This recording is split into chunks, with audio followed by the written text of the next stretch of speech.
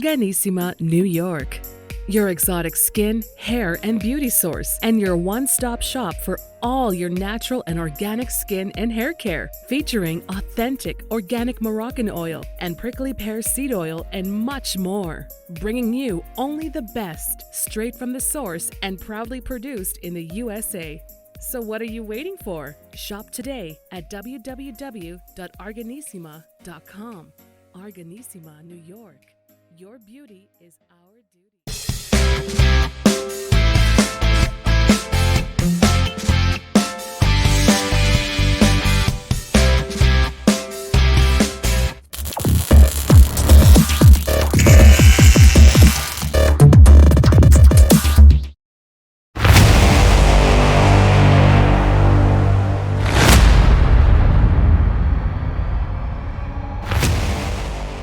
Folks, welcome back to the iHealth channel. Today, specifically the Sales World channel, with a new guest, new show, and we're going to talk sales, and we're going to talk insurance, and we're going to talk brokerage, and we're going to talk career paths, and different types of insurance. And I have with me Tom Basey, and he is actually a broker, an independent agent. He has a whole set of portfolios, and for us, watching today, if you're interested in the world of insurance and Medicare space, and these kind of in this kind of industry in general is pretty lucrative. There's opportunities, and we're gonna talk about all the different things that kind of make the fabric of this, and also like what it takes to be licensed, what states, and how does it work. So Tom has experienced it all, and again, my background is, as well as some of you know me, I am in the insurance world and the managed care space, specifically in sales. So I think we're gonna have a very interesting discussion, Tom and I. Right, Tom? Yes, we are. I'm so grateful you're having me today, and I concur with you. You've got the expertise as well, so it's going to be a great conversation. Oh, we're gonna have fun. But again, I mean, listen, it's fun and informative, and people can learn. Whether they learn if they're consumers and they want to learn about the products, we can actually talk about that and how you can help them.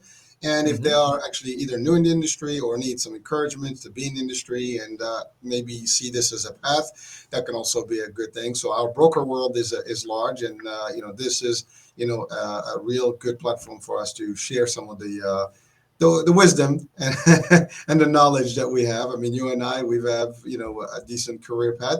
Now I know you started, Tom, in a different world before you got into the insurance.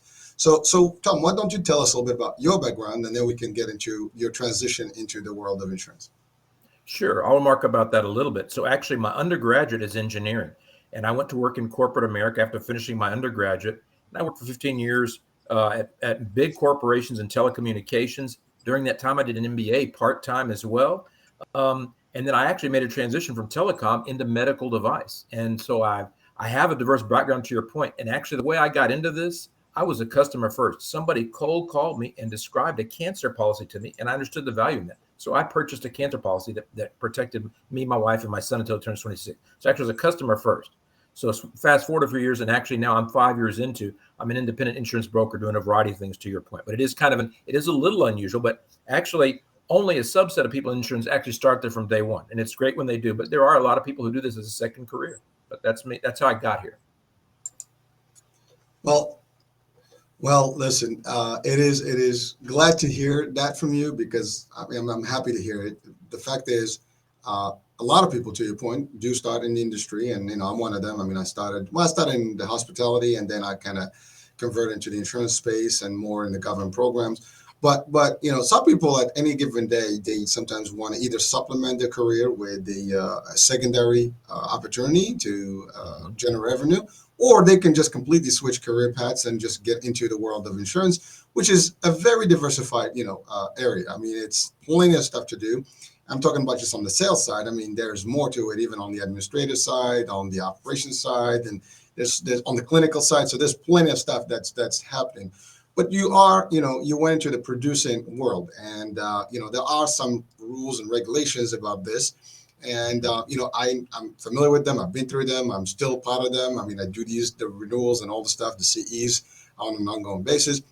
But based on your experience, just for those people that are watching right now, what would you tell them? How hard was it? How easy was it?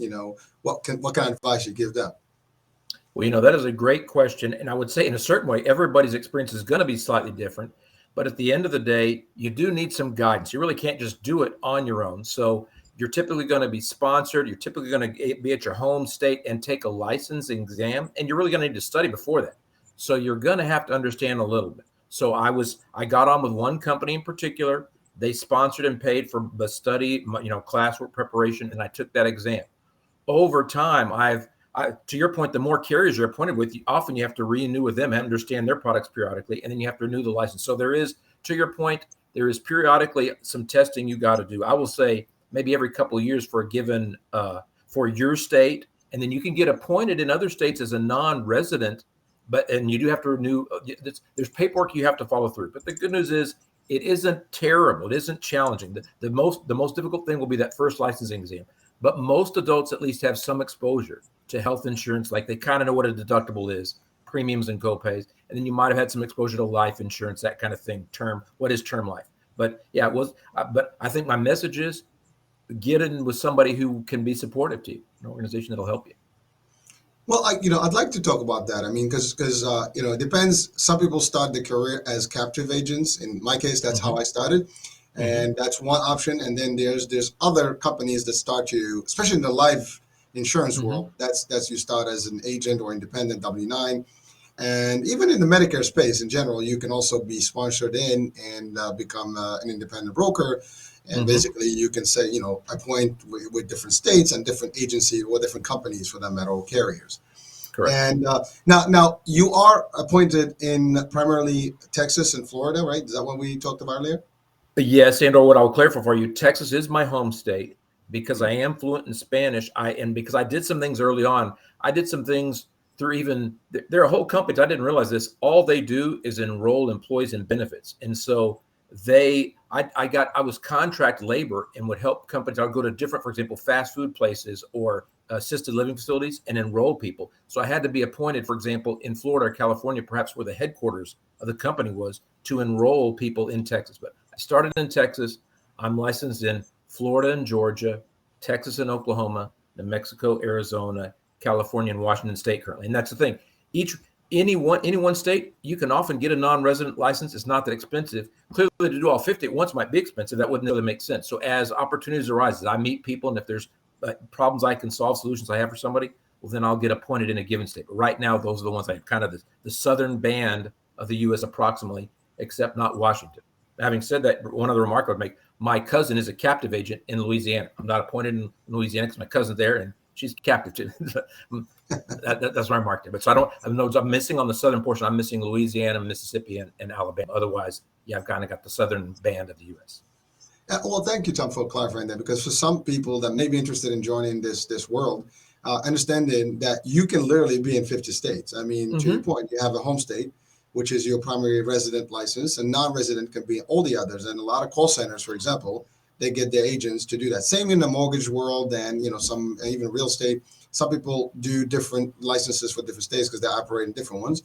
But the good news is, because you can operate now, especially with the internet and telephonic sales and stuff, from anywhere, and you can have customers literally from anywhere in the states, and that's an advantage. So if you're thinking about this, that's an opportunity. Now, if you have diversified portfolios, like in your case, you sell life and health, and small business, now the licensing itself may vary, the type of licensing or licensure. I'm assuming that you have a life and accident and health, level license, which includes both basically the life piece and the health insurance piece.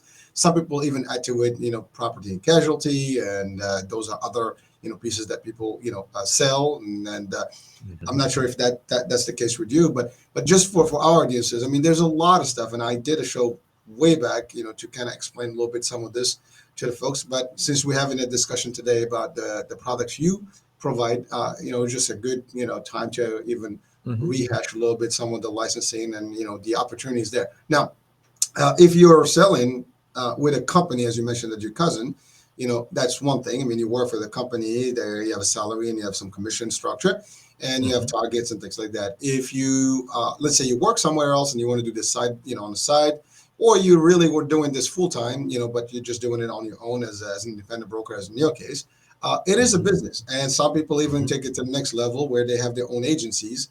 and or FMOs, or field marketing organizations, nationally, and basically they have hundreds, if not thousands, of brokers working with them, and each one of those brokers will affiliate with the health plans in those particular states, and or life insurance agencies, and then they basically would provide the services or sell the products of those particular health plans.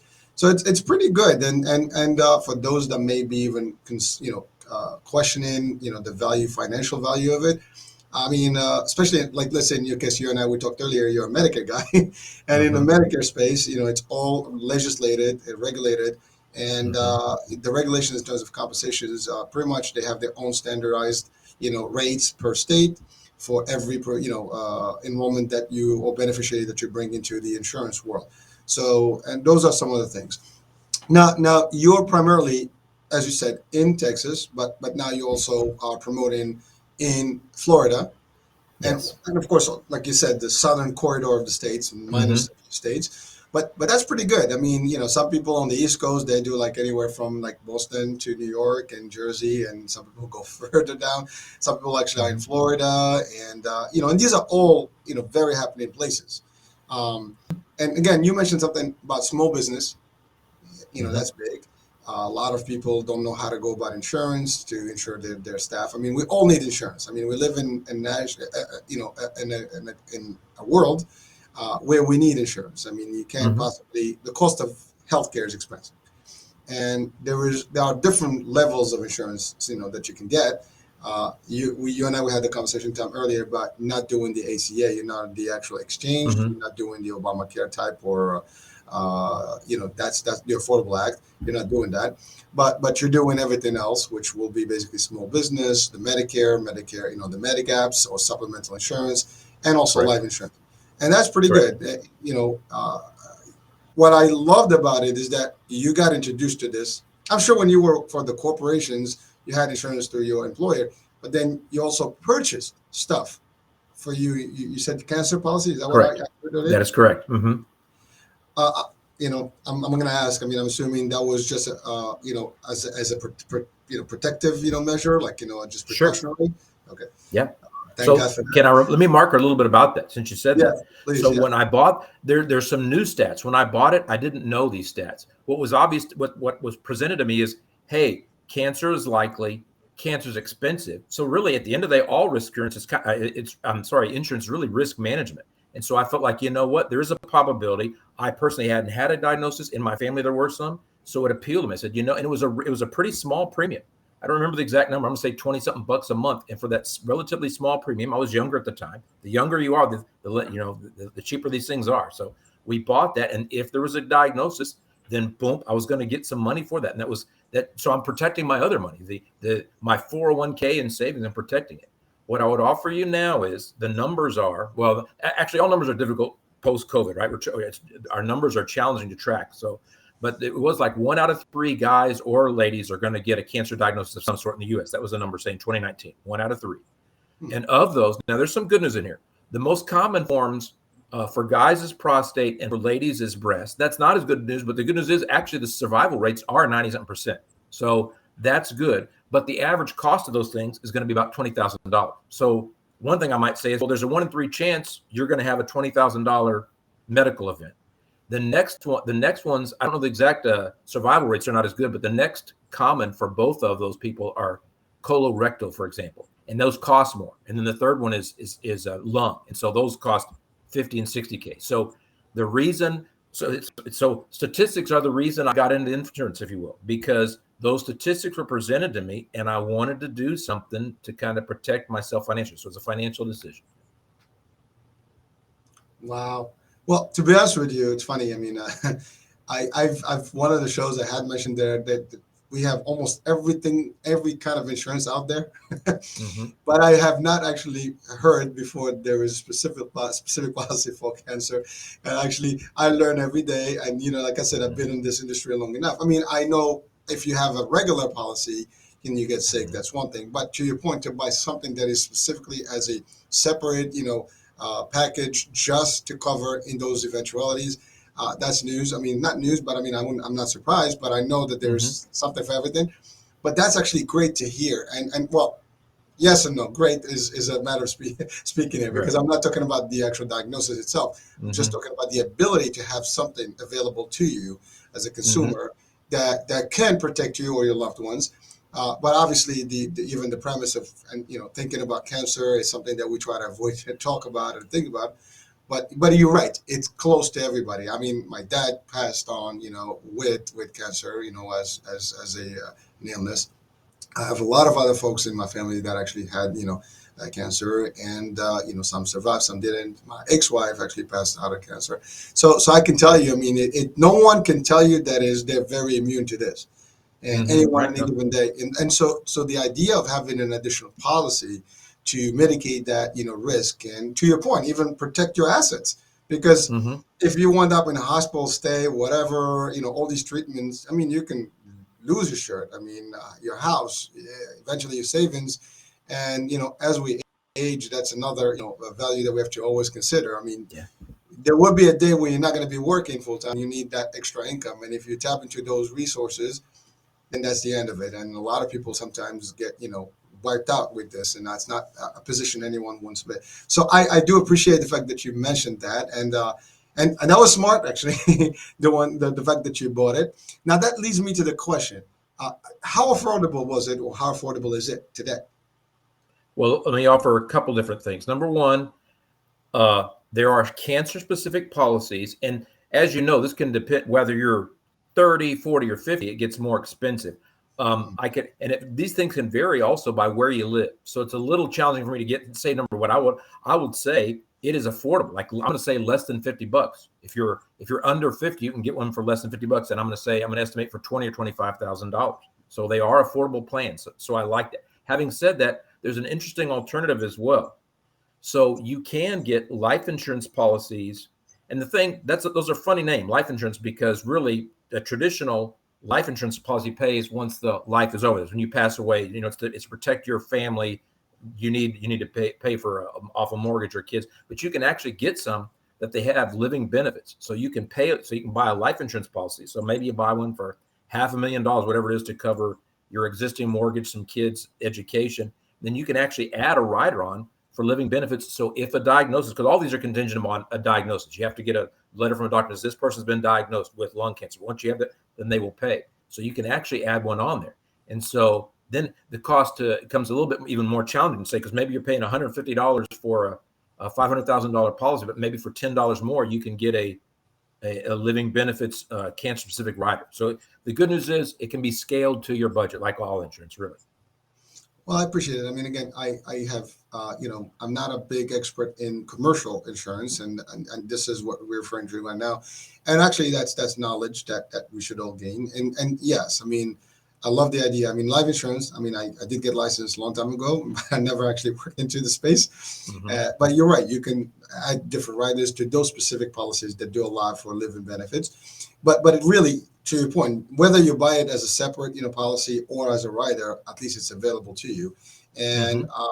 and it can save a life. Literally, I mean, from disaster and from chaos and from losing. Your life savings and your assets, and a lot of these, and I've had different shows we've talked about with doctors and some specialists out there, and we've talked about like the cancer, as just a problem, and an issue, an illness. It is not cheap to contain. It is not cheap to treat, and most of the hospital systems, if you go to specialty hospitals, they don't even take regular insurance, so it's self pay. And that's where it gets very pricey. Now, these policies can give you a cash out, and you can pay for those bills, and hopefully, you come on. Now, we sometimes money is one thing. Obviously, the ultimate thing from here, we are a health channel, and today is just the sales world piece of it. But the idea is we wish everyone to be healthy, and we want you to be healthy, and most of our programming is for you to be healthy. But at the same time, having insurance is something. Again, that's the word insurance. You have assurance that you're not going to have problems, right? And you insure your assets, your health, and all the stuff to make sure that you have some sort of a protection. Um, but so I love that, Tom. Thank you for breaking that down to us. Now that's not the only thing you do. And when you talked about small business, so basically you provide policies for these companies that may have maybe 10 or less employees, or maybe 40 or less employees. Is that what we're talking about? Yes, and it gets a little bit more complicated than the Medicare discussion because the Medicare is kind of either an Advantage plan or the Medicare supplement drug plan. There are a variety of different things. To your point, within the small group, and I can offer some solutions depending on what state. I can offer a health insurance policy for companies as small as three, and then I can offer these supplemental benefits. For example, and I would encourage everybody, if you're getting your health insurance from your employer right now, check. They may have these. Sometimes you can get an additional cancer policy or a critical illness policy, which is for heart attack and stroke. That's another one. Sometimes you can get those, and those, as you might imagine, there's a group rate. It actually costs less, and then often those are portable. So potentially, if you're at your employer, see if you can get a cancer. So next year, in the fall, when it's in open enrollment time, take a look at that next time. Get yourself a cancer policy and or critical illness policy. Size it to your liking. Um, 20, 30, $50 a month. And then often look and see if they're portable. That means potentially if you even leave that company, you can continue, as long as you'll continue paying that rate, you've kind of locked in their group rate. So typically it's a good buy. But so yes, I can do small group solutions for health insurance, cancer, critical illness. The one thing I can do that I can't do for an individual is actually short-term disability, which is another thing to consider for any of these. Short-term disability, literally, if you can't work for 3 months or 6 months, how are you going to pay the electric bill or get food on the table so you can get a policy? I don't have that for an individual, but for some of the carriers I'm appointed with, I have that, for example, through the work. And so I can offer that for small companies, as small as three. Well, thank you, Tom, for adding that. That's another thing. You talked about critical care, such as heart attack and strokes and things like that. Mm-hmm. That's more common. People Yeah. actually have those a lot more frequently, and it could be to anyone. And again, same cost. You wind up in a hospital if the insurance is not. If the deductibles are high, we're using some terminology here. Deductibles. I mean, that's the amount that you have to pay before insurance kicks in. And sometimes Mm-hmm. those can be very exorbitant. These are high numbers, especially Mm-hmm. depends on your stay and where you are and what kind of stay you have, what hospital and so on. And to your point, what state, all this, varies. And again, it's good to know. And I was not even clear. I know about like the short time disability and things like that, where they come to your office and you can have an Aflac, and there's so many companies that provide them. Mm-hmm. But I wasn't aware that we could actually get an additional rider on some of these policies for these critical care insurances, and that's good to hear. I mean, again, I'm doing a show to share with people, and I always learn, and I love this company. This is the best part Mm-hmm. about doing this, and it's important, and I love to share this with everyone because I think anyone out there listening, watching, may one day need this or may know someone who needs it. So Mm-hmm. Yeah. everybody that we talk to, the more we know, the more we can help others.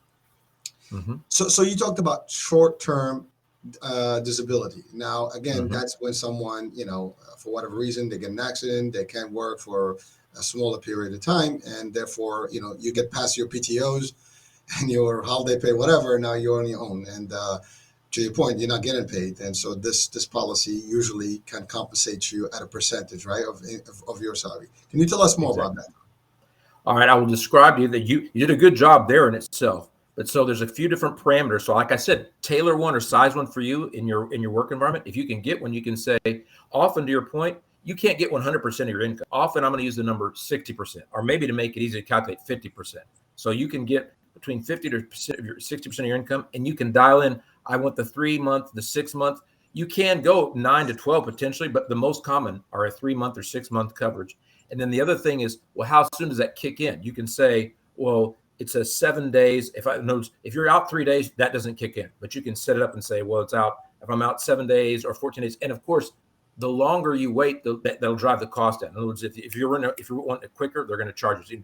It's going to drive your premium up. But at the end of the day, you can say, I need to have this because if you're the only breadwinner in the house and you got to pay the food and you got to pay the rent, you got to pay that. And if you're bringing that in, what are you going to do if you can't work for 3 months, 6 months? So yes, it's a good insurance policy, and you can dial it in, and you can say, all right, well, 7 days no big deal, but once I get I can wait 14 days, but after 14 days, I got to have this paid. And so they call it elimination pay period, waiting period, and so you can size one, but that's what it is. It allows you to pay a monthly premium again, and all these, I'm telling you, all these are pretty small. If you get a standalone policy, it won't cost you that much for any one of those. Now it can all add up, but I'm a proponent of whichever things you're worried about, can you size some of these and get some that will make you feel better, make you sleep at night, or know that you're covered adequately? So thank you, Tom, for that. And so I do have a question that some people may ask. I mean, a lot of people are sometimes skeptical about insurance, and or they think that there's a gimmick, there's a catch. I know you've heard some objections, and some of the folks they question things like, well, how does it work? What can we tell people to ease their mind? I mean, I got a policy. How guaranteed my policy is? Is it going to pay? Am I going to have my pre whatever cost covered? Am I going to have challenges in authorizations and things like that? So those are some of the typical things that you hear in insurance, right? People buy a policy and they don't get exactly what they were promised. Now, again, we're in the sales channel, so people always question salespeople, unfortunately. And we just want to ease their mind and make sure that they understand that, if we do our job correctly and we share the right, information with people, we inform them, we educate them, and we give them all the necessary things that they should, keep somewhere safe so they can bring that out when they need it. That's the other thing. You have to keep your records on everything and make sure that you have your notes and documentation. Don't lose it, because in case you need to debate this, you have it. But you shouldn't be able to debate your policies. If you have them, they should kick in when it's appropriate. So, Tom, what would you say about that? Well, I'll make a couple remarks. Number one, I used to, for one, didn't understand insurance. I worked in corporate America, like you were describing. So I kind of just picked something at the end of the year, and I didn't even know what HMO versus PPO, and I barely knew what deductibles, but I needed some. In fact, I didn't know how to get out of corporate America because I didn't know how to get insurance otherwise. So that was another reason why I'm in this, is kind of through trying to educate and solve the problem. I got into this. But bottom line is, I'm a proponent of using big companies, reputable companies. They are rated, they are regulated. And if you think about it, every agent, we talked about the licensing, they are licensed, they are regulated as well. And so there's always bad apples in any industry, right? So but at least there are regulations in place to try to minimize those, to discourage bad behavior. What I never really realized is an insurance policy, it is a contract. It is a legal contract between you, the insured, and that insured. And admittedly, I understand, like, there are horror stories and companies don't want to pay. Of course, they're more profitable, but I'm telling you, each policy, they have to get approval from the state they're offering it in. And so they want to treat the people well. In fact, some of them even want to publish how much they've paid out, because they want to kind of illustrate, look, we do take care of people. So it's a balance there that they're working to achieve. But I like to use large, reputable companies. I like them. And then you meet the agent, meet the broker. It doesn't matter if they're captive or independent. Well, can you take a look at them? Can you listen to the way they talk? Do they make a good impression of you? Can you look online? Everybody has a license. You can look them up and see. So the good news is it's regulated. They really are. They're going to go out of business, right, if they don't pay their claims. And so as a general, they want to play claims, and they kind of want to brag on it. There are horror stories, and sometimes those horror stories are true. Inevitably, something bad happens. But what I offer is, you got a contract, whatever policy you have. Now, unfortunately, yeah, it's 16 to 30 pages long. But the good news is, for a given policy, it's kind of regulated with the state. They've kind of said it'll have all these different things in there. They have to tell you the deductible, they have to tell you the exclusions. So take a look at that, but know before you need it. But my message is, I'm reassuring you, deal with a large, reputable company and a professional agent or broker, and you're going to be in pretty good shape. That's my message. Well, thank you, Tom. And I just want to add to that. I mean, I appreciate the fact that you talked about the regulation and the scrutiny and that agents have to go through. Again, you have to go through courses, you have to go to state license, and you're on record. Your fingerprints are there. You cannot have anything bad, in your closet, if you want to call it that way. In order for you to be even producing, because we do home calls, house calls, things like that. So there's a lot of stuff that the insurance agents have to go through in terms of just regulation. Now, again, that doesn't say that, to your point, there are bad apples here and there, but that's the minority. That's just the minute number compared to what these folks are doing. And the other thing that I want to just, ease up people about is that the fact of the matter is, when you are selling multiple policies, you're not locked into one policy. So you usually have enough diversified portfolio that meets everybody's needs. So you don't really have to go crazy, and just push one product, and shove it down to somebody's throat and try to pitch them and over pitch them. You don't have to do that. And so there is enough product out there for everyone. To your point, Tom, if you have a good representation of large companies, reputable, that have been existing. A lot of these companies have existed for, at least half a century, and they know what they're doing. They've been around. And that's the other thing. It's all these companies are regulated by the Department of Insurance, the Department of Health. Some of them are through CMS. Some of them are, state, federal, you name it, they cover it. So it's not like, and there's audits all the time.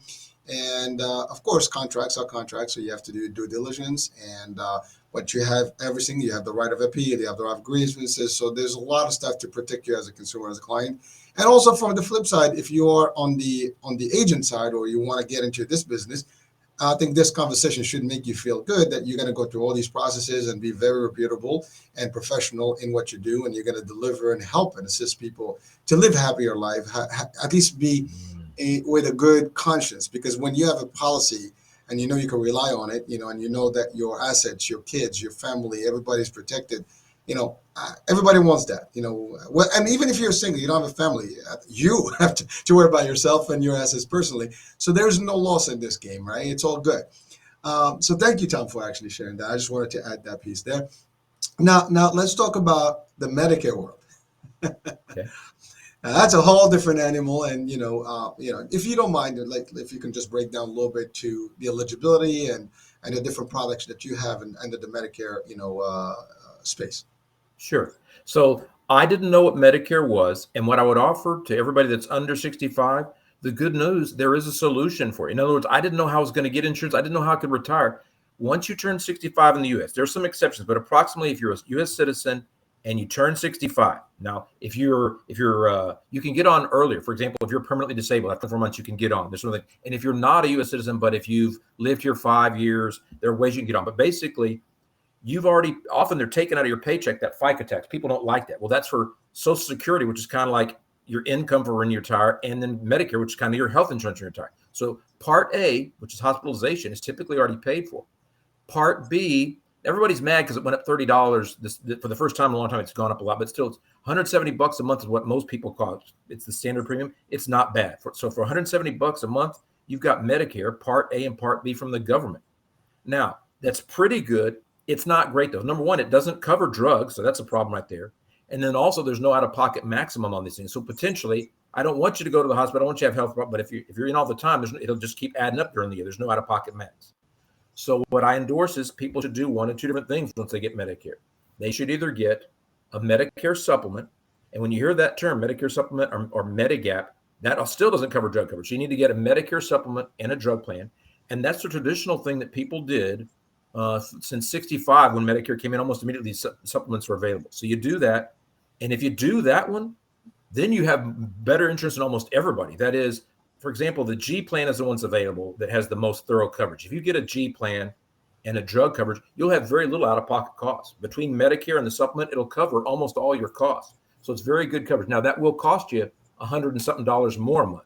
But so maybe we're talking $300 something if we're talking $170 for your Part B and then another $100 and $120 for your supplement. But it's very thorough coverage. Most people pay more than that in corporate America, and they still have that big deductible. That is, they have to pay $2,000, $5,000, whatever's before their insurance kicked in. So it'll have very little deductible on it, and the drug coverage included. So I like that. Or you can do the Advantage plan.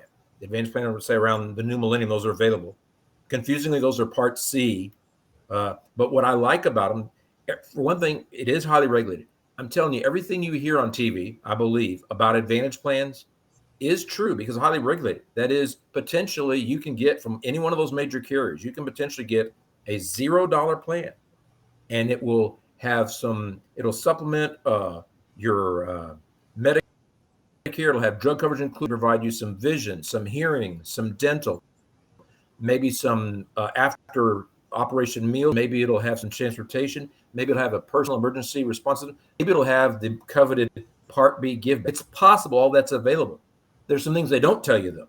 If you go to the hospital, it will cost more than a Medicare supplement. In other words, you may pay, I'm just using the number, $300 a day for the first 5 days, and then it'll drop to zero. And there's an out-of-pocket max on these things. And so my point is, if you go to the hospital on an Advantage plan, you're probably going to hit your out-of-pocket max because hospitals stay expensive. So you may be out $4,000 or whatever that out-of-pocket max is. If you have a PPO, which allows you to go out of network, you may have a $12,000 out-of-pocket max. But my message is, which one should you do? Or which one should your loved one do? The one you should do is the one you feel most comfortable with. Our jobs are merely just to explain how they both work and let you understand. People ask me, they'll say, which one should I get? And what I tell them is, well, ma'am, if I had a crystal ball and I knew whether you're going to the hospital this year or not, or in the next 5 years, then I could tell you. But since I don't know, I'm not sure. But what I want you to understand is how these work. So another way I might say is pay me now or pay me later. So Medicare supplement's kind of a pay me now, and Medicare Advantage is kind of a pay me later. But since we don't know, I can't tell you one is not necessarily better than the other. I just help you understand how they work, and I think you should get the one that you feel better with. If you're very price conscious, I like the Advantage plan because they really are. They have a lot of those bells and whistles for $0 a month. I don't want you to get mad at me because then you'll switch when you get that bill for $4,000 when you go to the hospital. So I'll tell you up front. But I do like the bells and whistles of the Advantage plan. But I like the thorough, almost no out-of-pocket cost for your care of the MedSup. I just explained it to you. Shop them in your area. You tell me which one you're more comfortable with. That's the one I want you to know. Thank you, Tom, for that. And I just want to add a couple of things. So yeah, for Medicare Advantage, I mean, first of all, MedSups, as you said, it's covering basically all your gaps, as it sounds, right? You have your 80%, they cover the 20%. You have your copays, deductibles, it covers, plus it gives you additional benefits, and to your point, the Plan G. But, if you go to, some people prefer to do that. They have enough, money, they can afford to have $300 policy a month, and they're good. But let's say you live in an area that is metropolitan and you have pretty much all the hospitals and the doctors and the providers in a network, and you don't have to worry about going out of network. Because I think one of the things that's beneficial when you stay with MedSups and Medigaps is that you can go anywhere to any doctor, and pretty much every that accepts doctor. Medicare. Exactly, except Medicare. And so therefore it gives you that flexibility. But we all know that when you're in Medicare, you typically have a doctor or a couple of doctors that you love, that you have a relationship with, and you don't want to keep bouncing from doctors. And that's not even the right way to care for yourself, because we want preventative. You want a doctor, you probably care to know your stuff. If you have a cardiologist, you want them, to stay with you. And sometimes some of these opportunities why people keep the Medicare is because they might have, let's say, in the case of us in the Northeast, we have people that are snowbirds. They travel to south, to Florida, and therefore they need to continuously have coverage while they go there. And sometimes by being locked into a network, you might have the coverage continue, the continuity in another state. However, there are policies that do that, and some plans do have, snowbird benefit packages, things like that. But if you have the cost and you have the network and you have everything and your prescription is covered and the formulary looks good on the plan side, you don't have to spend $300 when you can just pay zero, because most of these plans are premium free. Yeah. When I say no premium, the word free is frowned upon, and they're the regulations. So let's be clear. So we don't say free because it's not free. Somebody's paying for it. But the fact of the matter is, when you have a Med Advantage, you are kind of covered. And as long as your doctors in network, everything is covered. You should not have, very high copays. Some of these copays, for example, to go special is $20, $15, $30, still low. And it's not a big deal because you're not paying for the actual premium or anything. And most of these don't even have deductibles, maybe on a Part D. So, and it varies. To your point, there's literally hundreds and hundreds of plans. And every state has plenty of plans to choose from. And you also can visit the Centers for Medicare and Medicare Services sites. And they do have Plan Advantage, Medicare Advantage plan comparisons, and you can also select there. But the best way to do this, because and I've seen this happen when people go to the CMS site and they try to figure out on their own, they get lost. Believe me, we do this for a living, and it can be very confusing. So the best way, I do recommend people to always, reach out to a broker or an agent such as Tom, and have a sit down with them, kitchen table, whatever place of your choice, and go over all the options you have. He has all. He can give you that. He can give you that. That's the advantage of having a broker. You have all options in front of you. You have to determine what's going to work for you financially, access-wise, and so on and so forth. And if you like what you hear, then you pick the policy. He'll be more than happy to give you that policy. That's usually how it works. It's not as complex, but it's less convoluted than if you were to do it on your own. So for listeners, viewers, if you are in the Medicare age or you have someone of Medicare age, and that's going to the Medicare, know your options and pick correctly. See if you can get the right broker in front of you. Again, we have Tom here. You can reach out if you're in one of his states. He's definitely the man. But really, this is how it works. So it's a little bit complex. And by the way, there's other pieces that add to it. Sometimes you have long-term care. We're going to talk about in a minute. And that can also feed into what your policy is and can add up to your Medicare and stuff. Some people may have low income overall, therefore they fit in the Medicaid category and the Medicare levels. So now they actually getting an additional insurance policy that ties in, and they become dual eligible for Medicare, Medicaid, and as I said, if they need long-term care services, they might even add a long-term care component. There's so many combinations here that can help you and make your life a lot easier. You can have home care, resources. You can have, to your point, PERS, the emergency system, necklace. I fell, I can't get up, type of thing. Press the button. I mean, there's so many things, that can do for you. And you also, one thing important in the managed care that you may not have, for example, on the med subs, is that with Medicare and med subs, you have a policy. Basically, it's another card that pays the difference. But when you have Med Advantage, you have also a clinical team behind the process, meaning that you have a care manager, somebody, there's clinical, folks, doctors, and they also kind of gauge in your needs based on if you have, you need to switch medication, you need to do this. It's a little easier on that side, because on the flip side, you'll still be able, you'll have to make your own decision on your own, because all you have is the policy, but you don't have a team of expertise behind it. And that's the difference, because I always refer to Medicare and Medicaid as just credit cards for care. It's prepaid credit cards, for your healthcare. But really, it's not really giving you the rest of the things that you need for your healthcare, which is the care itself. And managed care is about that. Again, I endorse managed care. Obviously, that's my industry. But overall, we have all these options, and there is a little bit for everyone to everyone. So you pick your pick, and the best way to do this is do your due diligence, ask a broker or an agent that knows the business, and they can guide you correctly. So Tom, now one thing I would offer is I want you to be a judge for your audience. You mentioned a couple of things that I think I want you to decide if we want to cover them, because you know your audience. You talked about long-term care, but you talked about Medicaid. Some people get the Medicare and Medicaid confused, so I don't want to bore the folks, but it might be something to consider. And then there's the whole D-SNP and veterans, and those subsets of Medicare populations, which are the dual eligibles and the veterans. So I'm kind of just throwing out there potpourri. You tell me which ones you want to talk about. There's some things we might want to talk about there, or we might want to move on to long-term care. But I didn't want to gloss over those since you mentioned that. No, Tom, I appreciate that. So let's just clarify. So again, I throw in the Medicaid. That probably throws off people. But so Medicare, as you said, Tom, is you get to it by virtue of working, a certain amount of time in your life.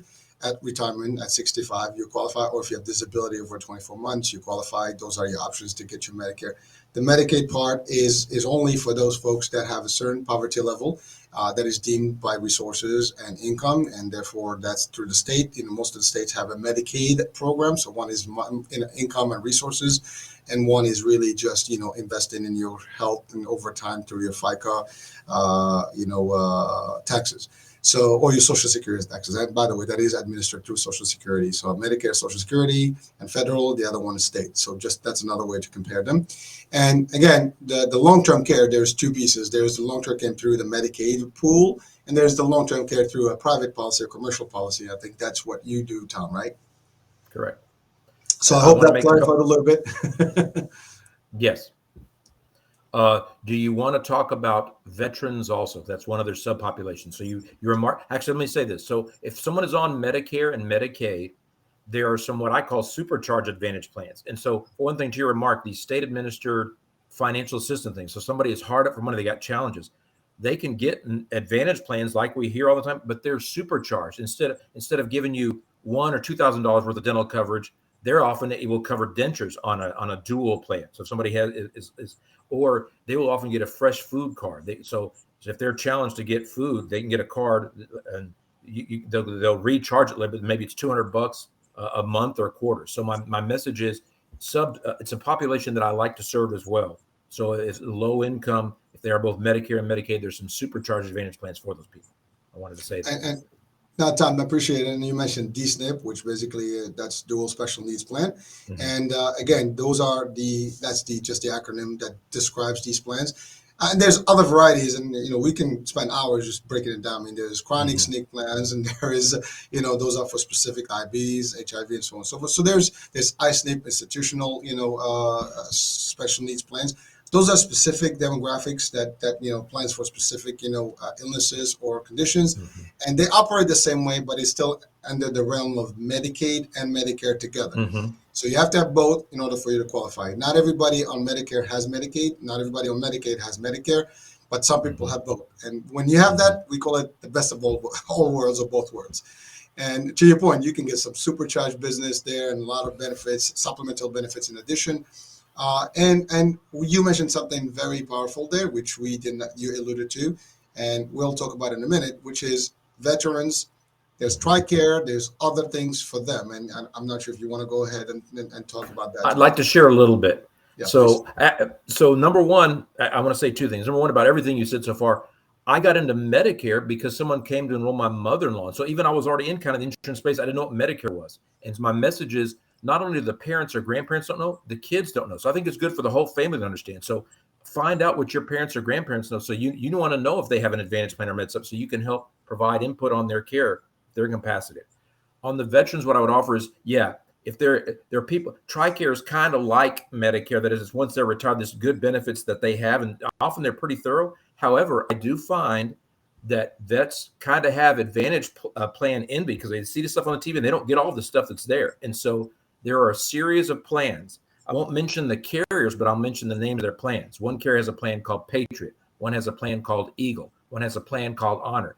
And those are Medicare plans that are designed to play nice with the TRICARE. So if you have your uncle or your grandparents that say, no, I can't get that. Yeah, it sounds great. Actually, there are some plans that will play with their benefits, and they'll do things like it'll be a zero-cost gym membership, for example, or it'll allow them to find a dentist. Maybe so. The VA, sometimes you hear horror stories. Both. Sometimes it's great. Sometimes they take care of everything someone needs. Sometimes it's a challenge to get in. So maybe these veteran benefit Advantage plans can solve a problem for a veteran that the TRICARE and TRICARE for Life does. That's what I would remark about that. No, thank you, Tom. And you that's a great point because sometimes, I mean, we do believe that as a veteran, you will have your covered for the rest of your life, and you can go to vet, administration type of hospitals and things like that. And they do a great job and they work hard. And I know they've been putting a lot of changes.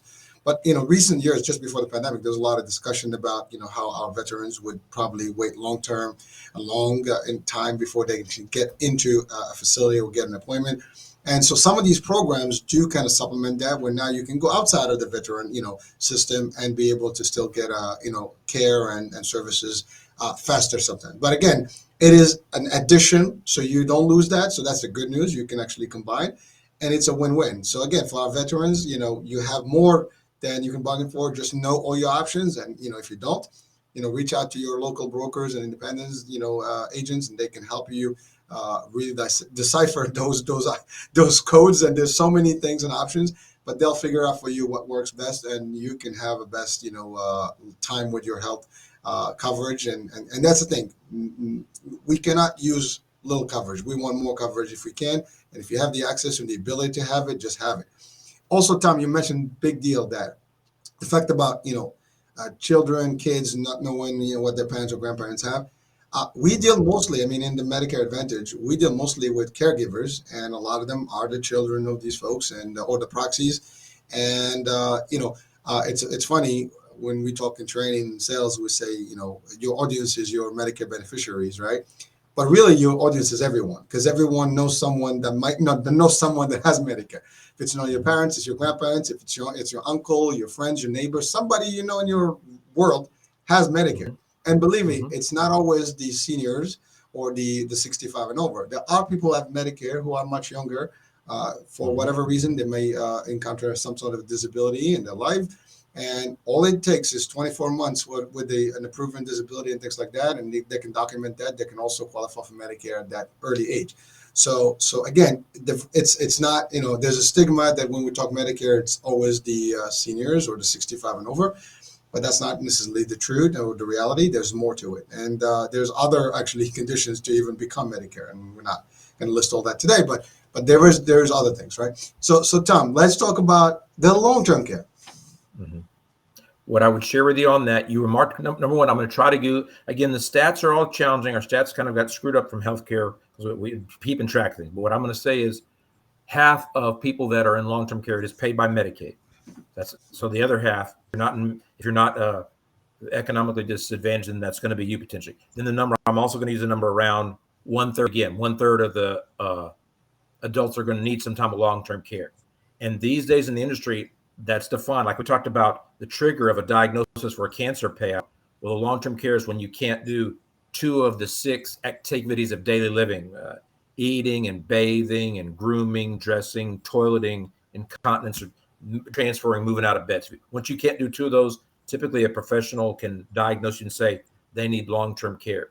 And so there's also numbers like I mentioned the average cost of care for a cancer diagnosis. Well, the cost of care, they've got numbers on that right now. And now what I will say this, that can vary state to state, but it's a few thousand a month, but it's expensive to be in these. There's a continuum of care. Nursing care is where there's 24-hour professionals. Then there's kind of assisted living. There's even independent living. But my point is, it's going to be expensive. It's expensive right now. And on average, people need, depending on what number you look at, about 4 years. So you're going to buy the average size or maybe go to 6. But my point is, I'm a proponent of considering 3 to 6 years worth of monies associated for your long-term care. I'm a proponent of dialing in an inflation component as well, because if it's expensive now, in 20 years, 30 years when you need it, it's going to cost more. So let's just use the number, whether you want to use $3,000, $4,000 a month, you need to be able to pay. So if I'm designing a policy for somebody, talk about it, let's investigate where things are, but potentially you want to have this policy so that for 4 years, you can pay $4,000 a month right now, and or maybe you need to put that inflation component on there so it'll be a bigger number. Maybe it'll be $8,000 in 20 years. The earlier you buy this, the better off you are. I bought it. I'm in my 50s now. I bought it a few years ago, but I bought it in my 50s. I'm a proponent of getting in my 40s because it's actually cheaper in retrospect. I didn't understand the product as much, but I bought that. But that's the thing. I'm a customer of these solutions as well. But I'm a proponent of, when you can, buy a long-term care policy for you and or your spouse. Buy it for around 4 years. Figure out in your area how much it's going to cost, and probably go ahead and put an inflation adjustment on there. Pay a little bit more so that it'll grow over time. Those are my remarks I would say about long-term care. Thank you, Tom. And really, you hit on a big topic there, because everyone eventually, if we live long enough, we do tend to age. And as you age, there are things we are not able to do. And it's just very few are, I guess, lucky enough not to continue living, to an older age with less complications or mobility issues. But eventually that becomes a valid reason to have some sort of a plan for it today. And, I see it every day. I mean, people actually, in my world, we do actually long-term care policies, but we do it for the Medicaid, as you mentioned earlier. But it's the same case, except that that's subsidized by the government, and so you have to have Medicaid for long-term care. But at the end of the day, whether you buy a policy or the other one, the concept is the same. So, but if you are, you don't have Medicaid and you have, a higher bracket income, or income bracket rather, then it is important to invest in those, because if not, and it's self-pay, I've seen it, self-pay can cost a lot more when you have to actually think about, a home attendant with you 12 hours a day or more at $20 an hour average. So, it pops up very quick and it adds up very quickly. And that's when you lose your, you start getting reverse mortgages, you can do other things, but then at the end of the day, you're just kind of depleting all your, financial. So financial planning, health planning, estate planning, all these things are important. Insurance planning is important. And the more you do of this early on, the better you are. And hopefully you won't have to use any of it. But at least if something happens, you do have a backup plan, and those are your backups, and they should, help you live happier within your family and stuff. Also, some of these things can also make you live at home, in a comfort. Mm-hmm. Because sometimes if you don't have these things, you wind up, in maybe a facility and so on and so forth. But if you have policies, they send you home care, and folks that can do your custodial stuff, whatever, assist you, take you out, do shopping. So it makes your life, very, at ease, at peace, at a certain point without any problem. But again, these are things that you have to consider, and everybody watching and listening should be aware of what's available. And then if you want to be part of the industry and helping people and assisting them getting, solutions, to your point. And I like what you said, Tom. You are actually a client and a customer. Mm-hmm. And so you understand it from firsthand. And by the way, I think everyone is a customer to this, because we all have insurance one way or the other. It's either we have a commercial insurance, we buy insurance, we have something, some sort of policy, and at the best, we all have car insurance or home insurance, and they work almost the same concept, except that these are for your health. And there's nothing more to me. Health is wealth, as I always say. So that's your priority number one. Tom, anything else you want to add today? I think you've done a great job of covering a lot of things. I think I'll do a couple of not. That is, to your remark, I'm not a property and casualty guy. I partner with folks to do that, and that's the thing. Insurance, even within the health insurance space, I don't do everything, and so I try to find my niches and expertise in there, and I work in those, and I partner. So I can either refer people, or I'm looking for referral people who want to do that. You talked about careers, so I hope we didn't scare people off from this, because at the end of the day, I wake up in the morning knowing I'm trying to help folks, really. And so it is good. So sales can be good and insurance can be good. You need to understand it and you need to take the right approach, perhaps. But I hope that the net discussion of this is a positive impact. People who are considering it career wise and considering it to purchase it. So I want to leave those. The last thing, a mí me gusta mencionar que yo hablo español. Habrá gente escuchando, yo puedo atenderles en su idioma, so that is convenient for Spanish-speaking parts of the state. So I like to throw it in there. And then finally, so I'm so grateful for your time. I'd like to put the plug in there. My website, find me on social media. I'm on LinkedIn, Facebook, but it's Basey Insurance. So folks find me. But I'd love to connect to people just to be a resource. I think at the end of the day, we talked about this. Some of my best work is really just helping families understand. And so even I'll help people understand, and then guess what? I may get a referral from them. So in other words, any one sale really doesn't matter as much as kind of just building the goodwill and establishing your room to help. And over time, sales will come. That's my closing for you. Tom, that's commendable, and I truly appreciate how you closed that. That is the fact, and that is exactly where we are. I mean, again, I always believe that listen, I'm a proud salesperson. I lead sales. I've been in it all my life, and I always say that I have DNA in sales. Well, I have a DNA chromosome pair somewhere additional in my body that is actually a sales one. But at the end of the day, we are not selling. We are providing advice. We are benefit advisors more than actually just salespeople. I like to always. That's why all my teams, we don't refer to us, as salespeople. We refer to us as benefit advisors. And as a matter of fact, I refer to us as licensed benefit advisors, because it's we're not just these guys that come out and just put a table in the street and talk to you. We go through a vetted process, and we're proud of that. It's not easy, but it's worth it, because just the fact that we help a lot of people every day, I think that's a big deal. And yes, while we do that, we help ourselves, in generating revenue and income and lifestyle. That's okay, but we do it in the best way, ethical way, and regulated, compliant way, and I think that's a big deal.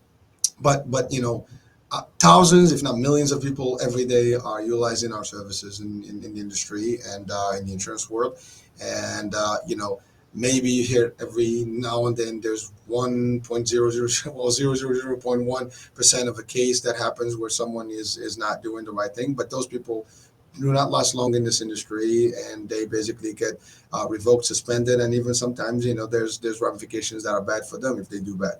That's how heavily we are regulated. As I said, all the agencies from state level to federal level, capture and cover these things, regulate, and compliance is at the highest level when he talks about insurance policies and insurance producers in general. So Tom, you're doing terrific, and I love your attitude about how you feel about it, and that you're helping people. And that you mentioned something very powerful from a sales tech strategy, is that it's not about selling every day. It's about how many people you help, how many people you can deliver a good information and insights and guidance. And then ultimately, if they like what you have, they will be more than happy to actually enroll with you, sign up with you, or send you a referral. You cannot sign up everyone, you cannot enroll everyone, but they might know someone that may be interested in your products, and they will be more than happy to do that for you if they believe that you're trustworthy and you're doing a good job. So those are things. So there's nothing scary about this. If you want to get into the industry, please do so. There's plenty of room, plenty of opportunity. Medicare, as you said, you're a Medicare guy. It's the baby boomers are booming right now, and thousands and thousands every day are turning 65. So there's plenty of folks that need assistance and guidance and education. And so yes, we can help more and more, and do it right. And Tom, I appreciate the idea that you actually mentioned the website stuff. Yes, do reach out to Tom.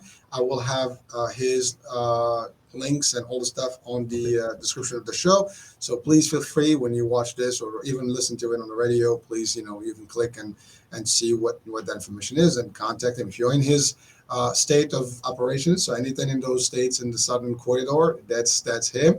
Please reach out. And I have to say, just off the bat, I you know I really love the fact that you and I connected, because there are hundreds of brokers. I know many of them personally, and very few are doing what you're doing. So I commend you for doing that, and that shows proactivity, that shows professionalism, and a different level of understanding of you presenting your value out there. So thank you. That's from me to you. Thank you very much. I've enjoyed my time. I'm grateful, and I think you've done a great job. And so everybody come on Hurricane Show. Everybody listen to Hurricane Show. I've had a good time. All right. Well, thank you, Tom. I appreciate it. Folks, thank you for being with us. Hope this show was very worth it and informative for you. There's a lot of stuff here. So take it for what's worth. And we'll be talking soon. Different guests, different show, different topic. Ciao for now. Bye-bye.